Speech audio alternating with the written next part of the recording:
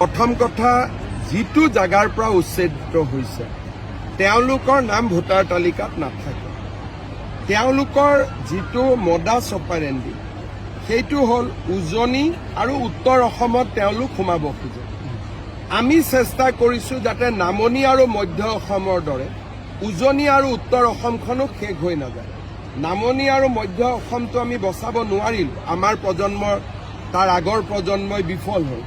এতিয়া আমাৰ প্ৰচেষ্টাটো হ'ল যে অন্তত উজনি আৰু উত্তৰ অসম আমি বচাব লাগে। উচ্ছেদৰ লগে লগে নিশ্চিতভাৱে ভোটাৰ তালিকাৰ পৰাও নাম কৰ্তন হ'ব।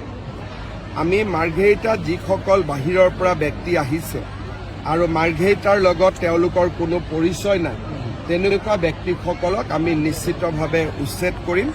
ব্যৱস্থা আমি ইতিমধ্যে আৰম্ভ কৰিম। প্ৰথম কথা যিটো জাগাৰ পৰা উচ্ছেদিত হৈছে তেওঁলোকৰ নাম ভোটাৰ তালিকাত নাথাকে।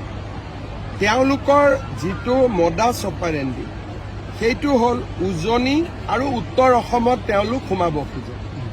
আমি চেষ্টা কৰিছোঁ যাতে নামনি আৰু মধ্য অসমৰ দৰে উজনি আৰু উত্তৰ অসমখনো শেষ হৈ নাযায়। নামনি আৰু মধ্য অসমটো আমি বচাব নোৱাৰিলোঁ, আমাৰ প্ৰজন্মৰ তাৰ আগৰ প্ৰজন্মই বিফল হ'ল। এতিয়া আমাৰ প্ৰচেষ্টাটো হ'ল যে অন্তত উজনি আৰু উত্তৰ অসম আমি বচাব লাগে। উচ্ছেদৰ লগে লগে নিশ্চিতভাৱে ভোটাৰ তালিকাৰ পৰাও নাম কৰ্তন হ'ব। আমি মাৰ্ঘেৰিটাত যিসকল বাহিৰৰ পৰা ব্যক্তি আহিছে আৰু মাৰ্ঘেৰিটাৰ লগত তেওঁলোকৰ কোনো পৰিচয় নাই, তেনেকুৱা ব্যক্তিসকলক আমি নিশ্চিতভাৱে উচ্ছেদ কৰিম। ব্যৱস্থা আমি ইতিমধ্যে আৰম্ভ কৰিম।